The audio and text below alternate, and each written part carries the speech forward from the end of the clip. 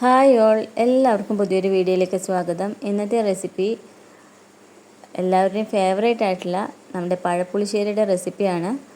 അപ്പോൾ ഈ വിഷുവിന് ഈ ഒരു റെസിപ്പി എല്ലാവരും ഒന്ന് ട്രൈ ചെയ്ത് നോക്കണം. അപ്പോൾ ഇതെങ്ങനെ തയ്യാറാക്കാമെന്ന് നോക്കാം. പഴപ്പുളിശ്ശേരിക്ക് നല്ല പഴുത്ത നേന്ത്രപ്പഴമാണ് ആവശ്യമായിട്ടുള്ളത്. ഇവിടെ ഇപ്പോൾ 3 നേന്ത്രപ്പഴമാണ് എടുത്തിരിക്കുന്നത്. അത് ഇതുപോലെ 2 പീസായിട്ട് മുറിച്ചിട്ട് നമ്മൾ ശർക്കര വരട്ടി ഉണ്ടാക്കുമ്പോൾ മുറിക്കണ ആ ഒരു പരുവത്തിൽ വേണം മുറിച്ചെടുക്കാം. പാത്രത്തിലേക്ക് ഇട്ട് കൊടുക്കുന്നുണ്ട്. ഇനി ഇതിലേക്ക് 1/2 കപ്പ് വെള്ളം ചേർത്ത് കൊടുക്കുന്നുണ്ട്.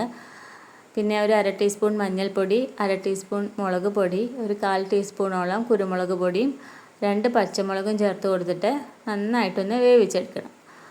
നല്ലപോലെ ഒന്ന് ഇളക്കി യോജിപ്പിക്കണം. ഇനി അടച്ച് വെച്ചിട്ട് നന്നായിട്ടൊന്ന് വെന്ത് വരണം. നല്ല പോലെ വെന്ത് വന്നാലാണ് കറക്റ്റ് ടേസ്റ്റ് കിട്ടുള്ളൂ. അടച്ച് വെച്ചിട്ട് വേവിച്ചെടുക്കാം.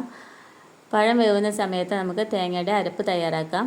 1 കപ്പ് നാളികേരത്തിൽ 1/2 ടീസ്പൂൺ ജീരകവും പിന്നെ ഒരു 1/4 കപ്പോളം തൈരും ചേർത്തിട്ട് നല്ലപോലെ ഒന്ന് അരച്ചെടുത്തിട്ടുണ്ട്. ഇപ്പോൾ ഇത് ഇവിടെ പഴം നന്നായിട്ട് വെന്ത് വന്നിട്ടുണ്ട്. ഇനി ഇത് നന്നായിട്ടൊന്ന് ഉടച്ചു കൊടുക്കണം. നല്ല രീതിയിൽ ഇതേപോലെ ഒന്ന് ഉടച്ചു കൊടുക്കണം. അപ്പോൾ കുട്ടികൾക്കൊക്കെ ഇഷ്ടപ്പെടുന്ന നല്ലൊരു കറി കൂടിയാണ്. ഇനി ഇതിലേക്ക് ശർക്കരയാണ് ചേർത്ത് കൊടുക്കുന്നത്. ഇവിടെ ഇപ്പോൾ പൊടിച്ച ശർക്കരയാണ്. അത് 2 ടീസ്പൂൺ ചേർത്ത് കൊടുക്കുന്നുണ്ട്. അതെല്ലാം മധുരത്തിൻ്റെ അളവ് കുറച്ച് കൂടുതൽ വേണമെച്ചാൽ അതിനനുസരിച്ചിട്ട് ശർക്കര ചേർത്ത് കൊടുക്കാവുന്നതാണ്. ഇനി ശർക്കര പാനിയാണ് കയ്യിലെങ്കിൽ അതും ചേർത്ത് കൊടുക്കാം. ഇവിടെ ഇപ്പോൾ നല്ല പഴുത്ത പഴമാവുകൊണ്ട് നല്ല മധുരമുണ്ട്. അപ്പോൾ 2 ടീസ്പൂണേ ചേർത്ത് കൊടുക്കുന്നുള്ളൂ. ഇനി ഇതിലേക്ക് നേരത്തെ അരച്ച് വെച്ച തേങ്ങയുടെ അരപ്പും കൂടെ ചേർത്ത് കൊടുക്കുന്നുണ്ട്. പിന്നെ ഒരു 1/2 കപ്പ് വെള്ളം കൂടെ ചേർത്ത് കൊടുക്കുന്നുണ്ട്. വീണ്ടും നന്നായിട്ടൊന്ന് മിക്സ് ചെയ്തെടുക്കാം. ഇനി ഇത് നന്നായിട്ടൊന്ന് വരണം. ഇവിടെ ഇപ്പോൾ ഒരുപാട് ഗ്രേവിയുള്ള ടൈപ്പ് കറിയല്ല, കുറച്ച് കുറുകിയ ടൈപ്പ് കറിയാണ്. ഇനി ഇതിലേക്ക് 1 ടീസ്പൂൺ ഉപ്പ് കൂടെ ചേർത്ത് കൊടുക്കുന്നുണ്ട്. ഉപ്പിൻ്റെ അളവ് കുറവാണെന്ന് വെച്ചാൽ ലാസ്റ്റ് ടൈമിൽ ചേർത്ത് കൊടുക്കാവുന്നതാണ്. നന്നായിട്ടൊന്ന് മിക്സ് ചെയ്യുക. ഇനി നന്നായിട്ടൊന്ന് വരുമ്പോഴാണ് തൈര് ചേർക്കുന്നത്. അപ്പോൾ ഇതാ ഇവിടെ വരാൻ തുടങ്ങിയിട്ടുണ്ട്. ഇനി ഇതിലേക്ക് 1/2 ലിറ്റർ തൈര്, കട്ടകളൊക്കെ ഉടച്ച 1/2 ലിറ്റർ തൈര് ചേർത്ത് കൊടുക്കുന്നുണ്ട്. തൈര് ചേർത്ത് കൊടുത്തതിന് ശേഷം തിളപ്പിക്കേണ്ട ആവശ്യമില്ല. ഒരു വരുമ്പോൾ ഫ്ലെയിം ഓഫ് ചെയ്യാവുന്നതാണ്.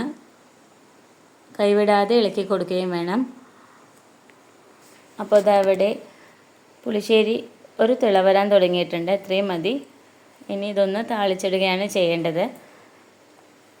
അപ്പോൾ വളരെ എളുപ്പത്തിൽ തയ്യാറാക്കാൻ പറ്റിയ നല്ലൊരു റെസിപ്പി കൂടിയാണ്.